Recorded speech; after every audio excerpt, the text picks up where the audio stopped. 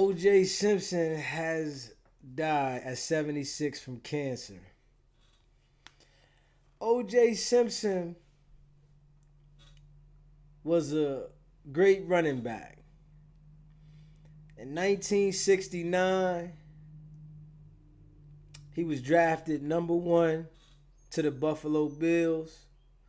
And he played 9 years with the Buffalo Bills. He played 2 years with San Francisco.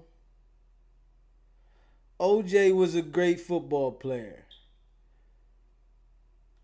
But OJ stayed in the news for years because OJ Simpson was charged with murder for his ex-wife, Nicole Brown, and her husband or boyfriend, Ronald Goldman. And OJ had the best lawyer. OJ had the best lawyer on the situation. He had Johnny Cochran. Johnny Cochran was heavily known for that trial. And that trial lasted how the Young Thug trial is going for 11 months. The trial went for 11 months and OJ was found not guilty. OJ beat the case. And Johnny Cochran's famous line was, "If it don't fit, you must acquit."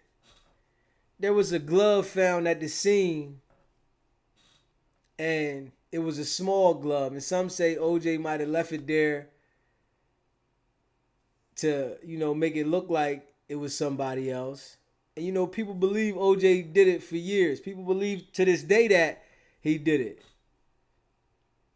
But he was found not guilty of it. And the Goldman family sued OJ in civil court. And they won a settlement of $33 million. But OJ hasn't paid no money on it, and they got the interest on it, and interest went up to $96 million. So OJ was like, he's not paying it. They couldn't get to his NFL retirement. So, he didn't have no, worries about paying it. But OJ went to trial with his life on the line for a double murder and beat it. And he was going to write a book about it. I think he did write the book about it. But when he went to put that book out, they put the pressure on him where he couldn't release the book. They wouldn't allow him to release the book. And OJ died at 76. When you see things like this, you got to all know that we all are going to die. Everybody's going to die. So a lot of things that you stress about here on earth really don't cause for the stress that you put into it. Because no matter what you accomplish, what you go through,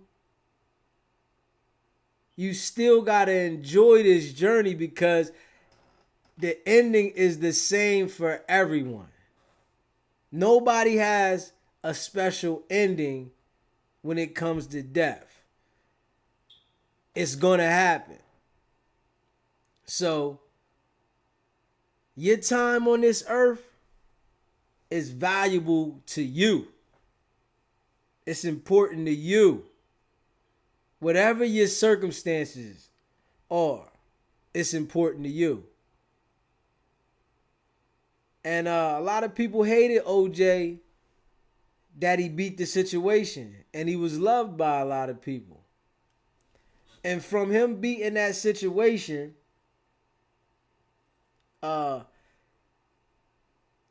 when he got into some more trouble, they made sure that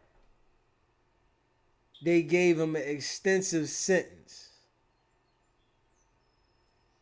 And he got charged with armed robbery and kidnapping for trying to take some of the things back that he felt belonged to him.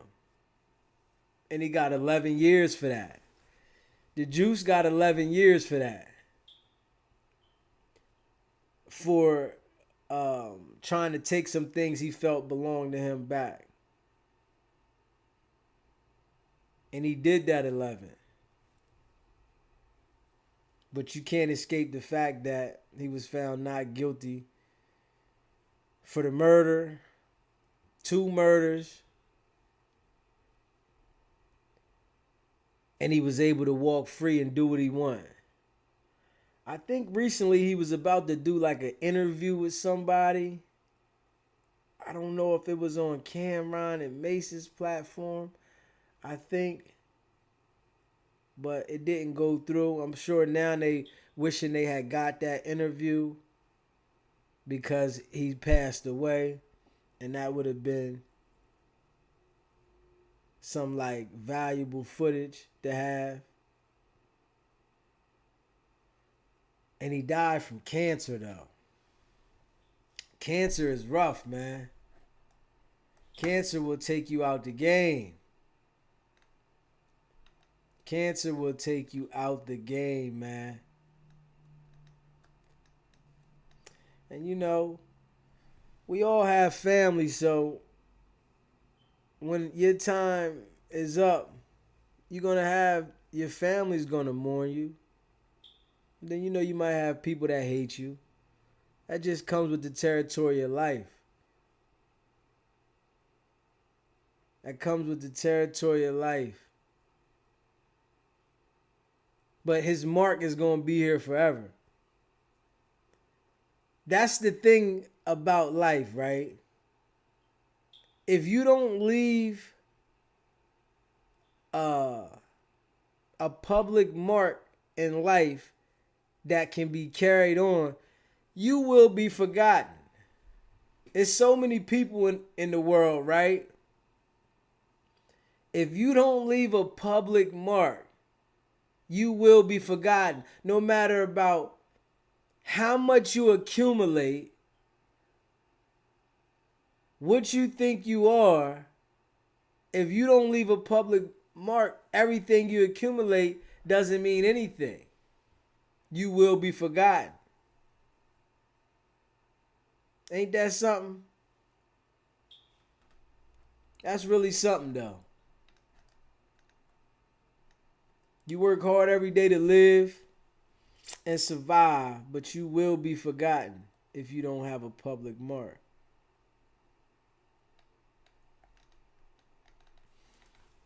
O.J. Simpson. So he died yesterday on the 10th. He was born July 9th, 1947.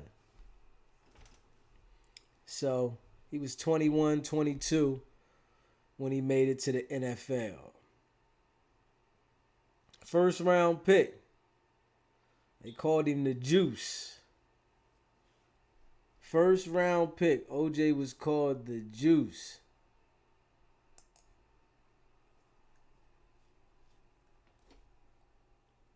Yeah. And you know in their headlines they say O.J. Simpson, former football star, acquitted of murder, dies at 76. That's, even though he was a great football player, but it was so long ago that he was in the NFL. The murder trial and the murders that he was charged of, it overtowered the NFL for the new generation. Because everybody that talked about him being involved with the murders and him being found not guilty, and Johnny Cochran, his attorney, putting that work in to get him acquitted. And that's what made Johnny Cochran famous too. Johnny Cochran was crazy famous after that. If you don't, if it doesn't fit, you must acquit.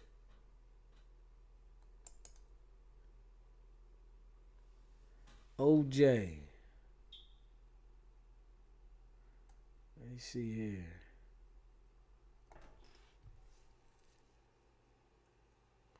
O.J. Simpson.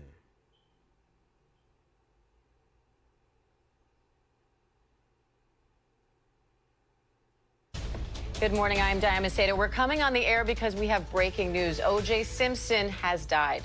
His family says Simpson died yesterday, saying he succumbed to his battle with cancer, surrounded by his children and grandchildren. It was revealed in February that Simpson was battling prostate cancer, but he refuted rumors at the time that he was in hospice care. ABC News audio reporter Alex Stone joins me now on the phone. Alex, what do we know at this point? Well, Diane, his family, as you mentioned, says that he died yesterday, we believe, in Las Vegas, where he had been living. It was only a couple of weeks ago where he had refuted the claims that he was in hospice care right around the Super Bowl. Word had come out that he may have been in hospice care, and he put out a video on X saying that he was fine, looking like he was going to go golfing. His impact on Southern California and really the world cannot be overstated. Going back to his time in the NFL and at USC and then the NFL, then the infamous trial in the 90s for the double murder of Nicole Brown Simpson and Ron Goldman. He was acquitted of that. There were a number of years where he was in and out of the headlines, and then we covered for a number of months the hotel room armed robbery case in Las Vegas. He ended up going to prison for that, got out, had been living in Las Vegas. His family now saying on X that he has died, Diane. Alex, he became such a national focal point during that trial for the murders of his wife and his ex-wife at the time and her friend. What legacy does O.J. Simpson leave behind now so many years later? Well, I think that depending on how one looks at O.J. Simpson, there is the football part of it, the star that he was, the Hertz commercials running through the airport. He was the biggest of the big star before that trial. And then the shock of the trial. There are many Americans who will always believe that he committed that double murder, others who believe that he did not. You remember the lines that came out of that. If it does not fit, you must acquit. The impact of that trial, for those who were not alive during that time or not old enough to remember it, was incredible. The whole world watching that trial during that time, the whole world watching TV and listening to the radio, waiting for that verdict to come down. And then when it came down, much of America did not agree with it. And then he was sometimes almost comically in and out of the headlines over many years. And then to get in trouble again in Las Vegas, to get back his own memorabilia, he got into the memorabilia trade and selling his items over many years. And then went into retirement, always claiming he was looking for the real killers of Nicole Brown Simpson and Ron Goldman. There were always those who were saying he wasn't doing enough to do that if he really was not involved in the murders. But he then went into retirement in Florida and Nevada and had been relatively quiet over the last couple of years. All right. Alex Stone, thank you. And again, we have breaking news that O.J. Simpson has died. His family says he succumbed to his battle with prostate cancer. O.J. Simpson was 76 years old. O.J. had prostate cancer. That cancer will take you out. Yeah, that cancer will take you out. You know, some people gonna hate you when you die. Some people gonna love you. And I'm sure it's some people that love him and there's some people that hate him. That's just a part of life. But that man lived his life. That's the most important thing. You living your life. Made it to 76. They say what? Our life expectancy is only 80. Yeah. Our life expectancy is only 80. Especially with the food we eat now. All the sicknesses. We only expected to go to 80. And they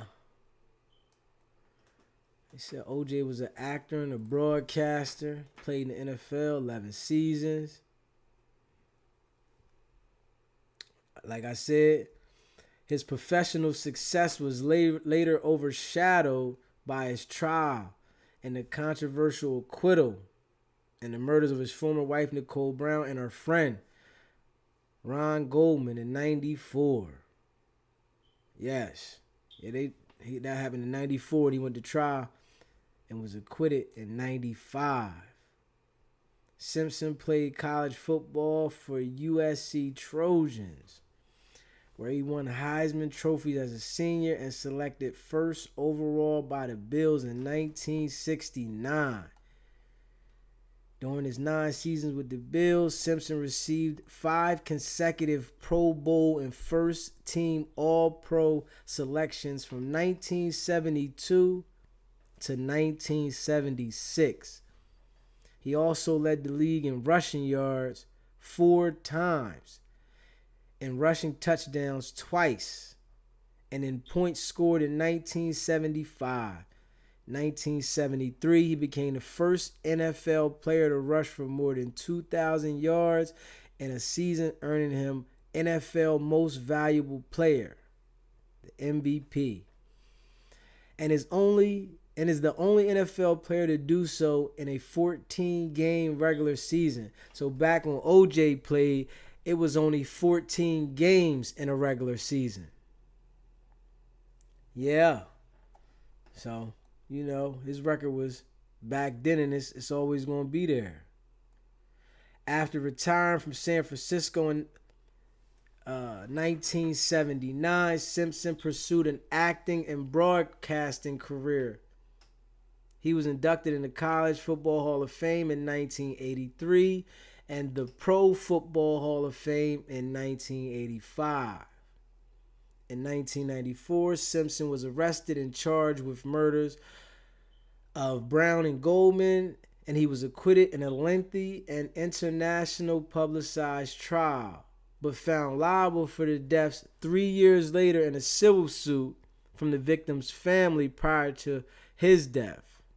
Simpson had paid little of the $33.5 million judgment, equivalent to $64 million in 2023, and that's with the interest on there.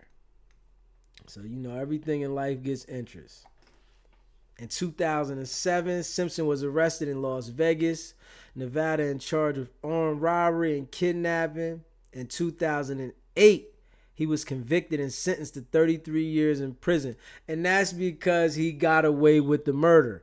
So he beat those murder charges. They said, we're going to push the max on this because he got away, they feel, with the murder. Gave him 33 years.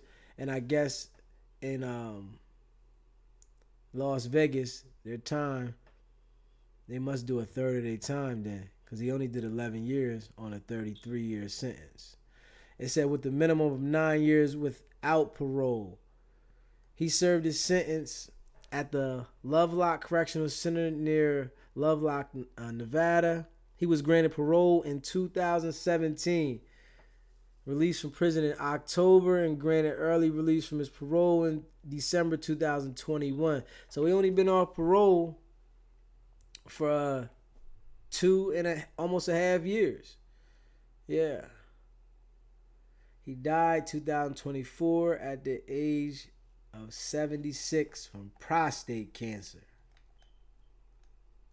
Yeah. Damn. He was born in 1947, raised in San Francisco, California. Simpson was the son of Eunice Nee Durden, a hospital administrator, and Jimmy Lee Simpson. His father reportedly worked as an employee of Federal Reserve Bank and as a one-time bank custodian. His father was well known. Oh shit. OJ's father was a drag queen in San Francisco Bay Area. Later in life, Jimmy Simpson announced that he was gay. He died of AIDS in 1986. Okay, so O.J. Simpson's dad was gay, and he was a drag queen. Simpson's maternal grandparents was from Louisiana. His aunt gave him the name Orenthal, which she said was the name of a French actor she liked.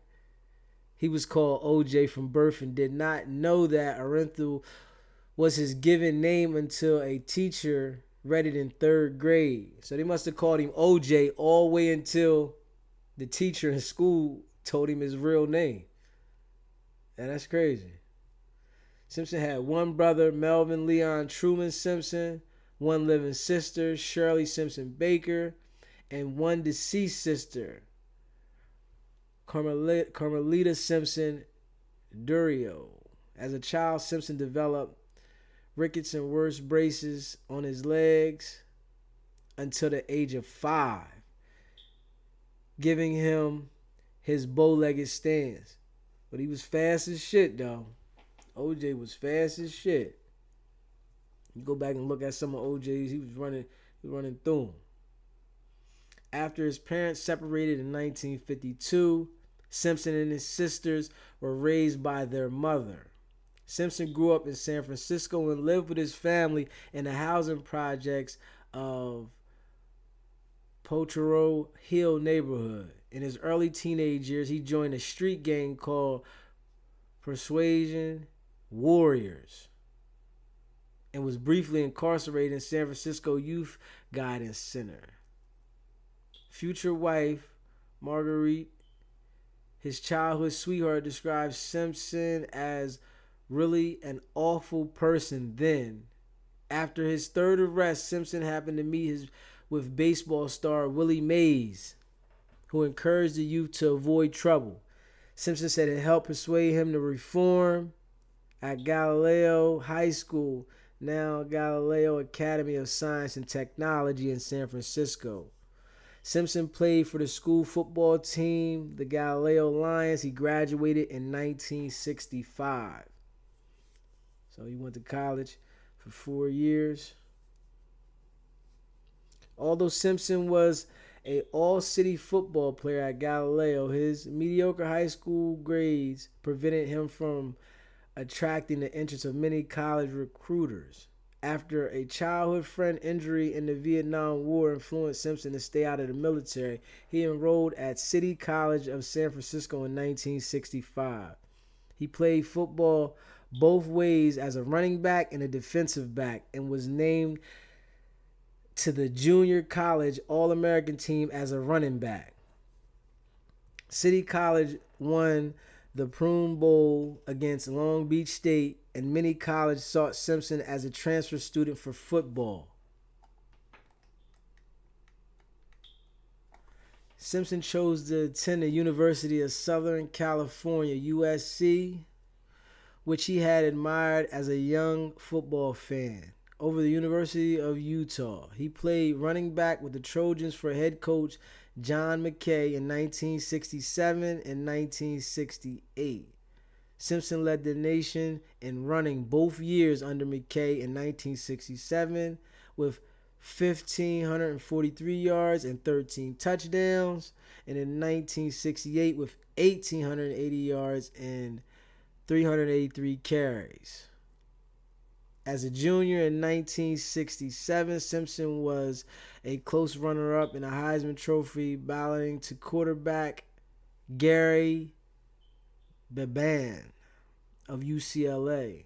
In that year's Victory Bell rivalry game between the teams, USC was down by 6 points in the 4th quarter with under 11 minutes remaining on their own 36. USC backup quarterback Toby Page called an audible on 3rd and 7. Simpson's 64-yard touchdown run tied the score, and the extra point provided a 21-20 lead, which was the final score. This was the biggest play in what is regarded as one of the greatest football games of the 20th century. Another dramatic touchdown in the same game is the subject of the Arnold Freiberg oil painting. O.J. Simpson breaks for daylight. Simpson also won the Walter Champ Award in 1967 and was two-time unanimous All-American.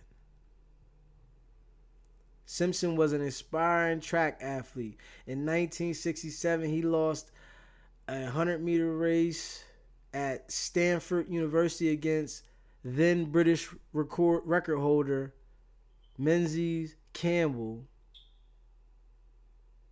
Prior to playing football at USC, he ran the sprint relay quartet that broke the world record in the 4x1 10-yard relay at the NCAA Track Championship in Provo, Utah, June 17, 1967. The Juice. As a senior in 1968, Simpson rushed for 1,709 yards and 22 touchdowns in a regular season, earning a Heisman Trophy, the Maxwell Award, and Walter Camp Award. He held the record of the Heisman's largest margin of victory for 51 years, defeating runner-up Leroy Keys by 1,750 points. In the Rose Bowl on New Year's Day, number 2 USC faced top-ranked Ohio State. Simpson ran for 171 yards, including an 80-yard touchdown run and a 27-16 loss. These is OJ's stats. College stats. 1967, 291, 1,543. This was in college. Yeah. Okay. The first selection, this is for the Buffalo Bills. 1969, the AFL NFL Common Draft was held by the AFL Buffalo Bills after finishing 112-1 in 1968. They took Simpson, but he demanded the largest contract in professional sport history of $650,000 over 5 years. Damn, you see how much these guys getting paid now? Over 5 years, $650,000. That was OJ's first contract. And these guys, they getting 30, 40, 100 and something million. It's a whole different level of play. That money that they getting now. Damn. This led to a standoff with the Buffalo Bills owner Ralph Wilson as Simpson threatened to become an actor and skip professional football. Eventually, Wilson agreed to pay. Said, okay. So OJ gave him an ultimatum. Either y'all give me this $650 million or I'm going to be an actor. I'm not playing football. And they chose to give him the money. Yeah. They said that was the highest pay then. Yeah. And you see in life now that the bars get set higher and higher as time goes on. People come in demanding more money, especially when they know that they got the talent and they're able to perform. Simpson entered professional football with high expectations, but struggled in the first 3 years. So he put all that energy out there and he got out there and struggled the first 3 years. But I know, it takes sometimes people to get to know themselves and to get that confidence in what they're really good at to show up. Averaging only 622 yards per season. Bills coach John Roach, not wanting to build an offense around one running back, assigned Simpson to do blocking and receiving duties at the expense of running the ball in 1971. Roach resigned as head coach and the Bills brought in Harvey Johnson. Despite Johnson devising a new offense for Simpson, Simpson was still ineffective that year. After the 1971 season, the Bills fired Johnson and brought in Lou Saban as head coach. Unlike Rauch, Saban made Simpson the centerpiece of the Bills' offense. And that too, like, you might have a good player and the coach don't know how to work the player.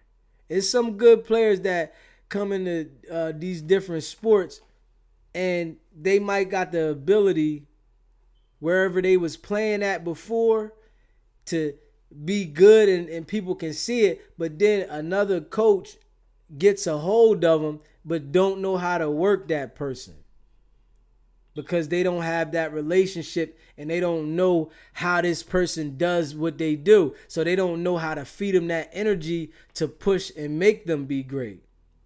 So, that happens. Yeah. And it said 1972, Simpson rushed over 1,000 yards for the first time in his career, gaining a league-leading total of 1,251 yards in 1973. Simpson became the first player to break the highly covered 2,000-yard rushing mark with 203 total rushing yards and 12 touchdowns. Simpson broke the mark during the last game of the season against the New York Jets with a 7-yard rush. The same game also saw Simpson break Jim Brown's single-season rushing record of 1,863 yards. For his performance, Simpson won that year NFL MVP award and the Burt Bell Award. While other players have broken the 2,000-yard mark since Simpson, his record was established when the NFL only had 14 games per season, as opposed to the 16-game season that began in 1978. As of 2013, Simpson still holds the rushing record for 14 games. So nobody's going to be able to change that record because they're not going to go down games. So he's always going to hold that 14-game record of having the most rushing yards, 2,003 rushing yards with 12 touchdowns in 14 games. So nobody's ever going to be able to change that because they moved up the games. And they're only going to build more. They're never going to go back. Simpson gained over 1,000 rushing yards in the next 3 seasons. He did not lead the league in rushing yards in 1974, but did cross the 1,000-yard barrier despite a knee injury. In Game 11, 1974, he passed Ken Willard as the rushing leader among active players, a position he maintained until his retirement more than 5 seasons later. Simpson also made his first and only playoff appearance during the 1974 season in a divisional game against Pittsburgh Steelers. Simpson rushed for 49 yards on 15 attempts and caught a touchdown pass, but the Bills lost the game 32-14. Simpson won the rushing title again in 1975, rushing for 1,817 yards and 16 touchdowns. He also had a career high of 426 receiving yards and 7 receiving touchdowns that season. Simpson again led the league in rushing in 1976, rushing for 1,503 yards and 8 touchdowns. He had the best game of his career during that season, Thanksgiving game, against the Detroit Lions on November 25th. In that game, Simpson rushed for a then record 273 yards and 29 attempts and scored 2 touchdowns. Despite Simpson's performance, the Bills would lose the game 27-14. So Simpson was going to war. Yeah. A low light that season came during a game against the Patriots a few weeks earlier when defensive end Mel Lunsford and several other Patriots defenders suffered the superstar running back for no gain. The superstar running back for no gain. Still, as Simpson tried to continue driving forward, Lunsford body slammed him to the ground. Simpson got up and punched Lunsford, which prompted Lunsford to swing back.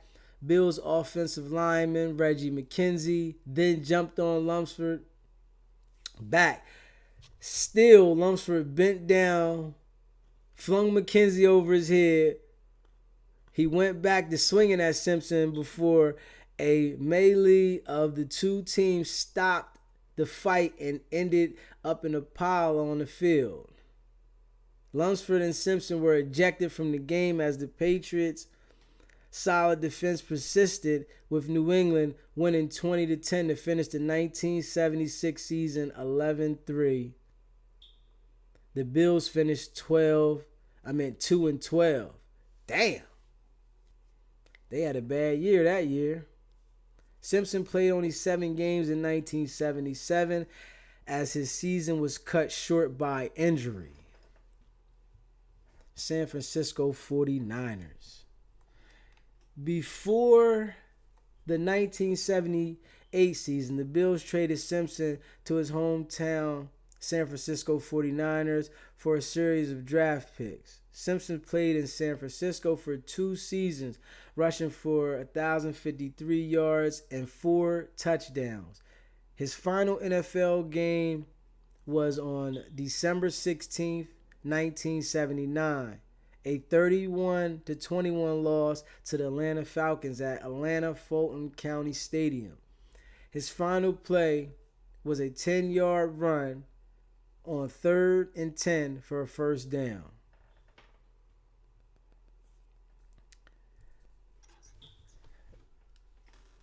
Simpson gained 11,236 rushing yards, placed him second on the NFL all-time rushing list.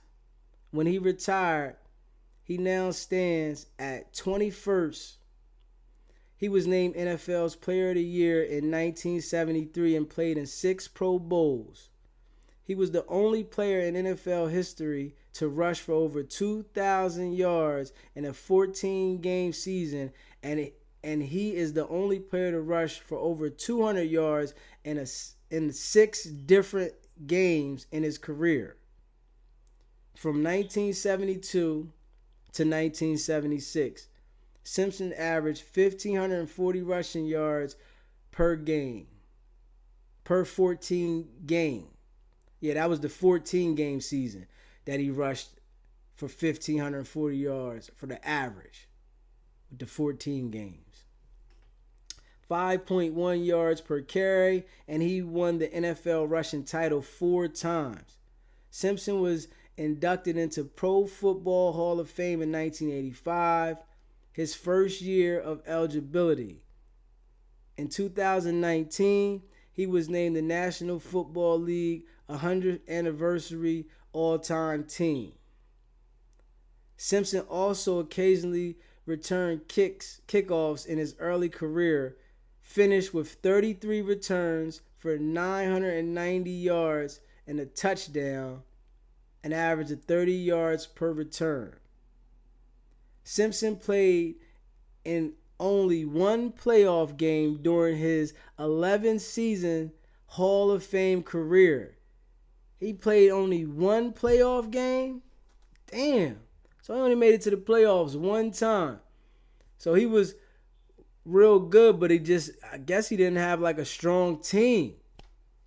Because you need the team to win. You can't do it all by yourself.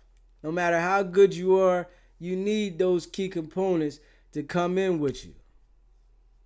Damn.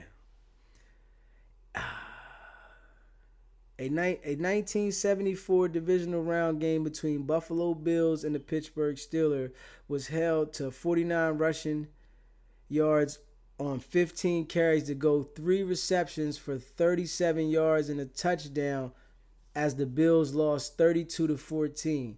Simpson acquired the nickname Juice as a play on OJ, a common abbreviation for orange juice. Juice is also colloquial synonym for electricity or electrical power, and hence a metaphor for any powerful entity. The Bills' offense line at Simpson Peak was nicknamed the Electric Company. Okay.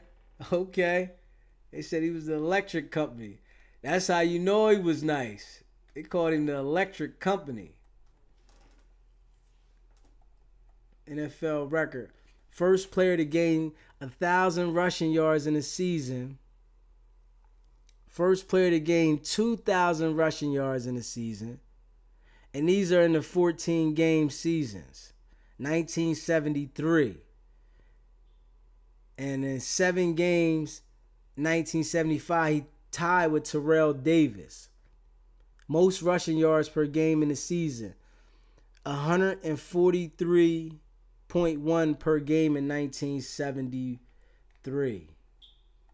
Simpson began acting while at USC and appeared on Dragnet in an uncredited role as a potential recruit to the LAPD. He became a professional actor before playing professional football, appearing in the first episode of Medical Center while negotiating his contract with the Bills. While in the NFL, Simpson appeared in productions such as the television miniseries Roots in 1977 and the dramatic motion pictures The Klansman in 1974, The Towering Inferno in 1974, The Cassandra Crossing in 1976, and Capricorn 1 in 1978.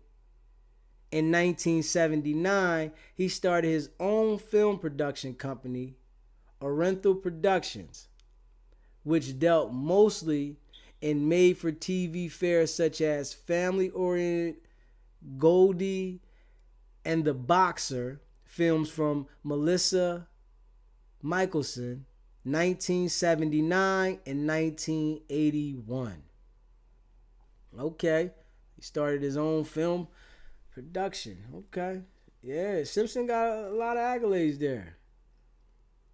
Simpson said that he did not seriously consider an acting career until seeing Lee Marvin and Richard Burton while filming The Klansman in Oroville, California, ordering chili from Chasen via private jet.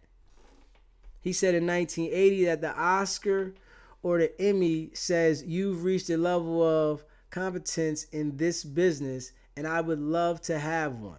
Simpson avoids starring in blaxploitation films, choosing third or fourth lead roles while studying experienced stars like Marvin and Burton. The Hertz commercials from 1975 benefited Simpson's acting career, but he sometimes intentionally chose non-positive roles. I've got to tear down that picture of O.J. Simpson, the clean-cut athlete, to get believability into whatever part I happen to be playing. Simpson also made a cameo in the comedic Back to the Beach in 1987. He played, I guess that's Detective Norberg, in all 3 entries of Naked Gun. Film trilogy 1988, 1991, and 1994. Alongside Leslie Nelson, Priscilla Presley, George Kennedy. According to Arnold Schwarzenegger, Simpson was considered by director James Cameron to play eponymous actor in Terminator 1984 when Schwarzenegger was cast as Kyle Reese. But Cameron ultimately cast Schwarzenegger as Terminator while Simpson had no involvement in the film. Yeah, because Simpson was not in Terminator. Besides his acting career, Simpson worked as a commentator for Monday Night Football and the NFL on NBC. He also appeared in the audience of Saturday Night Live during its second season of hosting the episode during its third season. So Simpson has done a lot.